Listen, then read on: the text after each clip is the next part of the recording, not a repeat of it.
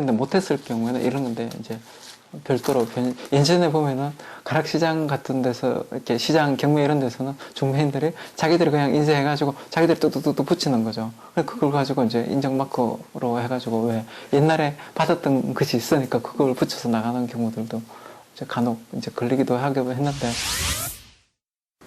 그렇습니다. 이제 주로 부정 유통이 이제 발생하는 케이스를 조사를 해보면, 즉 뭐 인증 농가가 위반하는 사례는 특수한 경우고, 이제 주로 인증받지 않은 재포장 업체가 이제 주문량을 맞추지 못하니까 이제 다양한 품목이 유통되는데 어떤 특정한 품목에 이제 조달을 못하는 거죠. 이런 경우에는 이제 계속적인 계약을 유지하기 위해서 일반 농산물을 구매해서 섞어서 판매하는 경우가 좀 있었죠. 예. 섞어 담기는 어떻게 가능한 걸까?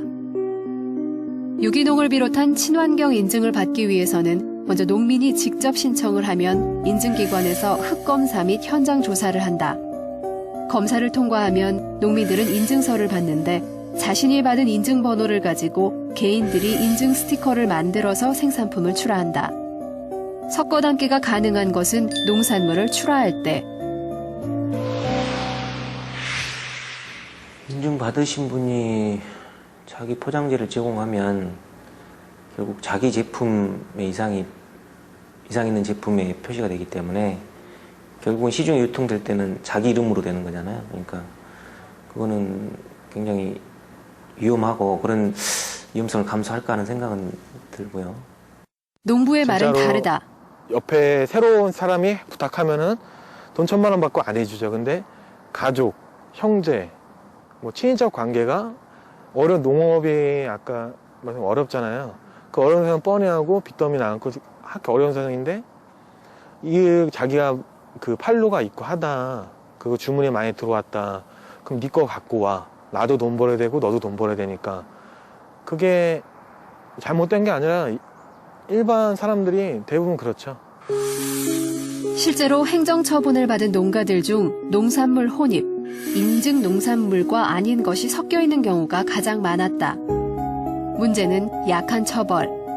적발이 되면 3년 이하의 징역, 3천만 원 이하의 벌금 또는 인증 정지나 취소를 받는데 실제로 엄한 처벌을 받은 경우가 많지 않고 인증 취소를 받아도 1년이 지나면 다시 신청할 수 있다.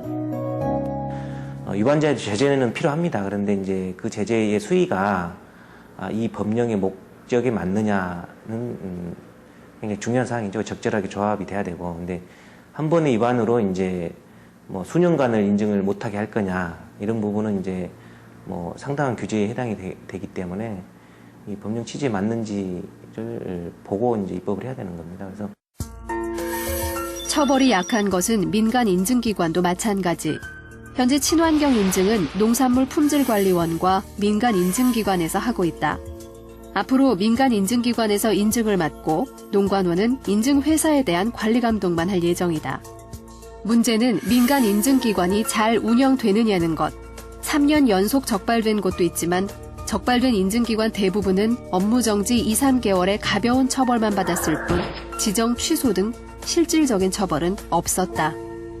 인증기관에 대한 관리를 더 강화해야 된다는 여러 요구가 있어서 처분의 내용을 좀 더 강화하고 있습니다. 즉 법령의 기준들을 더 강화해서 처분을 할 수 있도록 규정을 좀 개정한 상태입니다.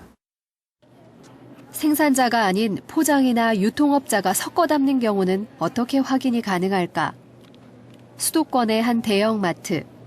판매 중인 친환경 농산물이 진짜 인증을 받은 농산물이 맞는지 확인 작업이 이루어지고 있다. 농관원에서는 백화점, 대형마트, 재래시장 등에서 판매되는 친환경 농산물을 직접 수거해 진위 여부를 확인한다. 포장이나 유통 과정에서 이루어질 수 있는 불법 행위 방지를 위해서다. 가끔 인증품이 아닌 것을 인증품으로 판매할 수도 있고, 이제 물량이 모자랄 때는 이제 다른 물건을 혼입하는 경우도 있을 수 있기 때문에 저희가 수시로 확인도 하고 이제 생산자에게 연락해서 이 품목을 이제 납품한 게 맞는지도 확인을 하고요. 그다음에 저희가 시료를 수거해서 잔류농약 검사도 해보고 있습니다. 섞어 팔기가 친환경 농산물에 대한 신뢰를 낮추는 위험한 일임에도 이런 일이 생기는 것은 친환경 농산물의 생산량이 낮다는 데 있다.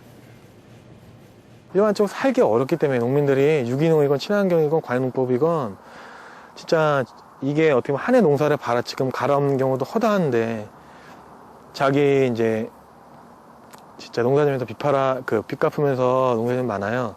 매달 기계 할부금, 농약가, 비료가, 내년 종묘가 그 비용들을 다 감수하며 농사를 지는데 수익이 안 나면 내 처자식들이 굶어 죽는데. 생산량이 적다는 것은 유기농업이 가지고 있는 큰 고민 중 하나. 유기농으로 농사를 지을 경우 생산성이 일반 농에 비해 쌀은 80%, 엽채류는 60%, 과채류는 30% 정도라고 본다. 그런데 이 정도의 수확량이라도 가능한 데는 또 다른 비밀이 있다.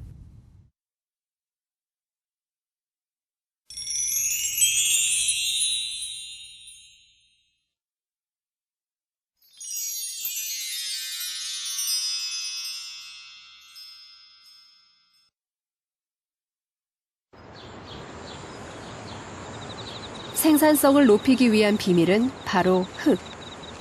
유기농의 친환경적인 가치이다. 유기농은 환경에 좋다고 알려져 있지만 다 그런 것은 아니다. 환경에 좋지 않은 유기농도 있다. 비료를 많이 주어 과영양화가 일어나는 경우다. 과다하게 시용을 하게 되면 결국 비만증에 걸린 사람처럼 땅도 그렇게 비만하게 됩니다. 그래서 적당한 양을 공급해줘야 하는 문제가 있고요. 과영양화가 되면 문제는 토양에 그치지만은 않는다. 넘치는 영양들이 지하수나 강으로 흘러들어가면 수질오염이 될 수 있고 질소 성분이 많아지면 질산염 과다의 문제를 불러오기